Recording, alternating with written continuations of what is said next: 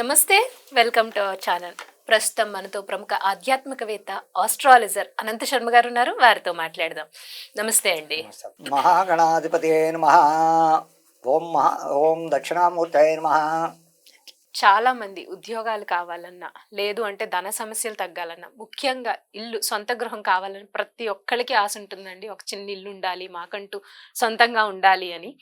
సొంత గృహం కోసం కూడా చాలా మంది, అలాగే పొలాలు అమ్ముడవ్వాలన్నా, లేదు స్థలాలు కొనుక్కోవాలన్నా, ఏది కావాలన్నా సప్త శనివార వ్రతం చేస్తారు చాలా మంది. ఆ సప్త శనివార వ్రతం 7 శనివారాల వ్రతం అంటారు. అది ఎలా చేయాలండి? ఆ రోజు పాటించాల్సిన విధి విధానాలు ఏంటి అనేది వివరించండి. మీరు అడిగిన ప్రశ్న శనివారాల వ్రతం గురించి. ఈ భూములు ఇబ్బందులు ఉన్న వాళ్ళకి కానీ, భూములు అమ్మకం కాని వాళ్ళకి కానీ, ఇల్లు కొనాలనుకున్న వాళ్ళని ఏదో ఒక సంకల్పం మనసులో పెట్టుకుని ఆ శనివారాలు ఏం చెయ్యాలి అంటే, ధర్మశాస్త్రం శనివారం శ్రవణ నక్షత్రం వచ్చిన నాడు కానీ, అదే పుష్యమీ నక్షత్రం నాడు వచ్చిన శనివారంతో కూడా కానీ, అనురాధ నక్షత్రం శనివారంతో కూడుకొచ్చిన నాడు కానీ, ఉత్తరాభాద్ర నక్షత్రం శనివారంతో కూడా వచ్చిన నాడు కానీ, ఈ వ్రతాన్ని ఆచరించడం వల్ల 7 శనివారాల్లో అంతా ఇంకా రాలేదు తప్పని పరిస్థితి.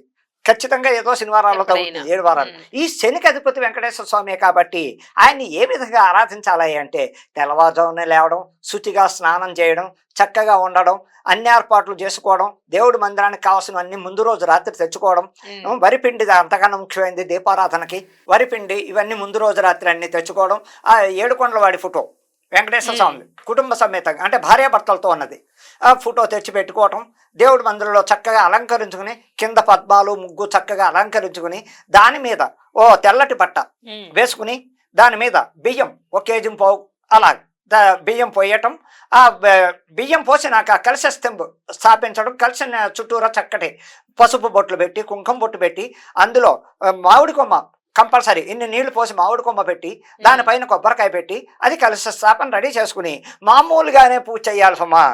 అది సాయంకాలం. ధర్మశాస్త్రం అంటే 7 శనివారాల వ్రతం సాయంకాలం చేయవలసిన వ్రతం. అలాగే ఉదయం నుంచి ఉపవాసం ఉండాలి కంపల్సరీ. పళ్ళు అవి తినచ్చు. ఈ రోజుల్లో ఎవరు ఉండకపోతాం, చిన్నవాళ్ళకి కూడా ఏదో ప్రాబ్లం వస్తుంది. పళ్ళు పూర్తిగా ఉపవాసం ఉండాలి. మధ్యాహ్నం నుంచి పళ్ళు తీసుకోవడం, సాయంకాలం దాకా ఓపి పట్ట. ఆ వచ్చే బ్రాహ్మడు చేత చేయించుకోవాల్సిన వ్రతం, సొంతంగా చేసుకోవాల్సిన వ్రతం కాదు ఇది. బ్రాహ్మడు వస్తాడు చక్కగా 6 గంటలకి రమ్మంటే 6 నుంచి 8 దాకా. ఈ వ్రతాన్ని ఆచరించవలసిన విధానం ఏంటి అంటే, ఆ శనివారం రోజు చక్కటి బట్టలతో, శుభ్రతతో, శుచి శుభ్రతతో ఉండడం, ఆ ఇల్లంతా శుభ్రం చేసుకుని అందంగా చక్కగా సాయంకాలం వరకు ఉప్పు పెట్టి, సాయంకాలం బ్రాహ్మణ్ వచ్చాక ఆయన అక్కడ చేయవలసిన కార్యక్రమాలు చక్కగా శనివార వ్రత కథ విధానంతో సహా ఆయన శుభ్రంగా పూజ చేసి, ఆ వెంకటేశ్వర స్వామికి కావలసినవి ఏమిటయ్యా అంటే, ఇది నువ్వుల దీపం కంపల్సరీ. నువ్వుల దీపారాధన చేయించాలి, కొబ్బరికాయలు కొట్టించాలి. అలాగే 7 లడ్డూలు 7 లడ్డూలు దగ్గర పెట్టుకోవాలి. 7 లడ్డూలు ఒక మంచి ఆకులో, పళ్ళాల్లోను వడ్లో కాకుండా ఒక అరిటాకులోనో విస్తరాకు ఏదైనా, అందులో 7 లడ్డూలు కంపల్సరీగా 7 లడ్డూలు అది పెట్టుకోవడం. అక్కడ ఆయన అయ్యగారి పూజ అయ్యేంత పర్యంతం చక్కగా భక్తి శ్రద్ధలతో చేస్తూ, అది ఆచారం పాటిస్తూ చక్కగా చేసుకున్నాక ఏం చెయ్యాలి అంటే, 8 గంటలకల్లా నైవేద్యాలు రెడీ అయిపోవాలి. ఎవరో ఇంట్లో పెద్దవాళ్ళు ఉంటారు, ఆ దంపతులు కూర్చున్నా కాకుండా ఇంట్లో పెద్దవాళ్ళు ఆ 7-8 గంటలకి మొత్తం వంట పూర్తవ్వాలి. భోజనం చేసి తీరాలి ఆ రోజు. సాయంకాలం భోజనం చేసి తీరాలి కుటుంబ సభ్యులు. ఫస్ట్ ఎలాగే అంటే విధి విధానం, ఆ వ్రతం అయ్యే టైంకి ఇంట్లో పెద్దలు నివేదనలు చక్కగా అన్ని రకాల పిండి వంటలు. ఒకవేళ పెద్దవాళ్ళు లేని కుటుంబాలు ఉన్నా ఇప్పుడు వీళ్ళే ముందు ప్రిపేర్ 6 గంటలకల్లా వంట చేసుకోవచ్చు. 6 గంటలకల్లా చక్కటి అన్ని చేసుకోవడం, పిండి వంటలతో రెడీ చేసి పక్కన పెట్టేసుకోవడం. ఈ వ్రతం అవగానే అక్కడికి ఆ మండపం దగ్గర తెచ్చుకోవడం. అయ్యగారు మంత్రపుష్పంతో చెప్పి చక్కగా నివేదనిస్తాడు. ఓం భోర్భస్వరంతో చరతం భర్గోదేవ సదిమే ధియోజన ప్రచోదయాదు. అలాగా ఆ బ్రాహ్మణుడు చక్కగా హారతి ఇచ్చి, అక్కడ పచ్చకర్పూరంతో అందులో ఓ స్వీట్ లో వేసి చక్కగా చేయడం వల్ల కూడా, పచ్చకర్పూరం అంటే ఆ మహానుభావుడికి ఎంత ఇష్టమైంది ఏమా. ఆ పచ్చకర్పూరం లడ్డూలో కలపడం వల్ల కూడా పచ్చకర్పూరం ఎంతో పవిత్రత ఆయనకి. అలా అన్ని అయ్యాక బ్రాహ్మణుడు చక్కగా వ్రతం చేయిస్తాడు. వీళ్ళ చేత దీపారాధన మొత్తం ఐదులో వచ్చి హారతి ఇప్పిస్తారు. ఇంట్లో వాళ్ళైనా పర్వాలేదు. హారతి ఇచ్చాక వెంకటేశ్వర స్వామి మీద పాట పాడిస్తారు. చక్కగా హారతి పాట పాడించాక అన్ని నైవేద్యాలు పెట్టాక 8 గంటల దగ్గర నుంచి 9 కల్లా అయిపోవాలి భోజనం. మరీ లేట్ చేసుకోకూడదు అది. ఆ భోజనాలు ఎలాగే అంటే మొట్టమొదటిది బ్రాహ్మడికి బ్రాహ్మడికి చక్కటి భోజనం పెట్టడం, వడ్డించడం. బ్రాహ్మణ భోజనం తగిన తాంబూలం దక్షిణ, ఆయనకు వస్త్రదానం ఇవ్వచ్చు, దక్షిణ దానం, పండు ఇలా దానం ఇచ్చి ఆయన సత్కరించి ఆయన ఆశీర్వాదం తీసుకుని ఆయన పాదాలకు వీళ్ళు నమస్కారం చేసి అక్షతలు వేయించుకోవడం వల్ల ఆయన వెళ్ళగానే వీళ్ళు చక్కగా ఆయన తిన్న పాత్ర తీసేసి పక్కన పెట్టి వీళ్ళందరూ కలిసికట్టుగా చక్కగా భోజనం చేయడం వల్ల ఎంతో పవిత్రత ఉంటుంది. దీనివల్ల ఎన్నో, అసలు శనివార వ్రతం అంటే భూమి కోసం.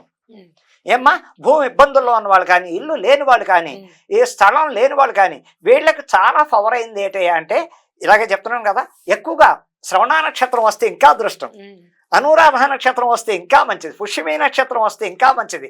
ఆ టైంలో శనేశ్వరుడికి, వెంకటేశ్వర స్వామికి ఇష్టమైన నక్షత్రాలు శని అధిపతి ఉన్నవాళ్ళు, శని అధిపతి నక్షత్రాలు.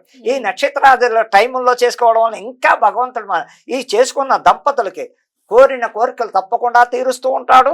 ఇంకా భూమి కొనాలని ఆశ పెట్టుకుని మనస్సంకల్పంతో చేయాలి.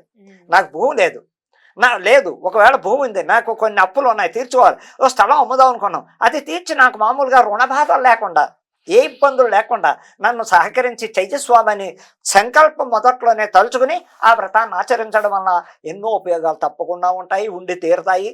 అలాగే 7 శనివారాలు, 7 శనివారం, ప్రతి శనివారం కూడా ఇదే విధానంగా, ఒకవేళ అడ్డొచ్చింది ఆడవాళ్ళకి, అడ్డొచ్చినా కూడా ఆ వారం ఆపేసేయడం, మళ్ళా వారం కౌంట్ చేయడమే కానీ అయ్యో మొదటి నుంచి రావాలా అనేది చేయకూడదు.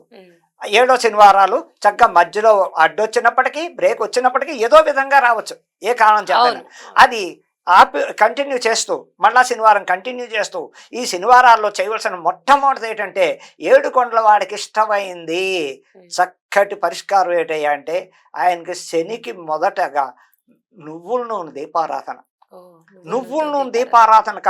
అలాగే వరిపిండి శుభ్రంగా కుంది, ఇంత కుంది చేయాలి, ఇంత కుంది చేసి అందులో నువ్వుల నూనె పోసి ఇంత ఒత్తి చక్కగా సాయంకాలం దాకా వెలిగేంత అఖండ దీపం పెట్టిన ఇంకా ఆశ్చర్యం లేదు.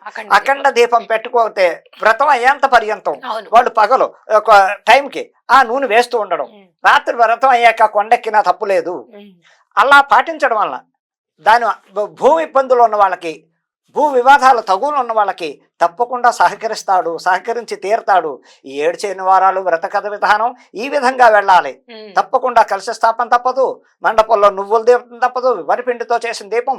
అలాగే ఈ వీళ్ళు రకరకాలుగా ఆచరించి పాటించి అయ్యగారిని తెచ్చుకోవాలి. కంపల్సరీ అయ్యగారి ఇంటికి వచ్చి చేసిన వ్రతమే ఫలిస్తుంది, కానీ మన సొంతంగా చేసిన వ్రతం ఫలించదని తప్పకుండా అక్కడ ఆ వేళ అందరూ ఇంటిలో పాది నామం బొట్టు పెట్టుకోవడం వల్ల ఇంట్లో చక్కగా ఆ వేళ 7 కొండల వాడి నామం పెట్టుకుని ఆ వ్రతం దగ్గర కూర్చుంటే ఆ మహానుభావుడు ఎంతో సంతోషిస్తాడు.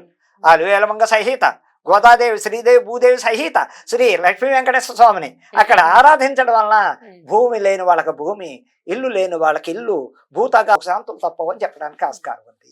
రైట్ అండి, నిజంగానే చాలా చక్కగా అద్భుతంగా 7 శనివారాల వ్రతం గురించి వివరించారండి. ఇలా కొన్ని సమస్యలు ఉన్న వాళ్ళు, మీరు చెప్పినట్టుగా అటువంటి సమస్యలు ఉన్న వాళ్ళందరికీ కూడా చాలా చక్కని పరిష్కారం ఇది. సో అందరూ కూడా 7 శనివారాల వ్రతం చేసుకుని ఆ వెంకటేశ్వర స్వామి ఆశీస్సులు పొందాలని కోరుకుంటూ ధన్యవాదాలండి.